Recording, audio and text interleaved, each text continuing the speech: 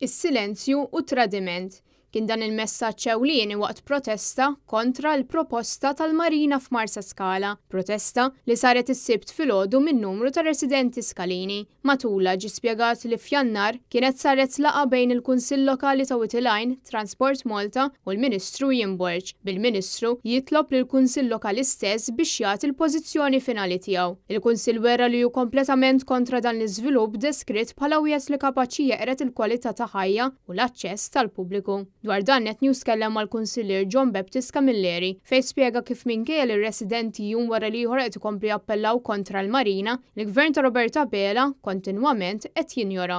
Bħala Kunsill Lokali fil-20 ta' Jannar intqajna u wassalna l-messaġġ tagħna bħala Kunsill li aħna maħniex qed naqblu mal-Marina, ħadna mozzjoni li ġiet maqbula mill-Kunsill u fuqha il-Ministru ħal messaġġ li aħna maħniex qed naqblu mal-concession.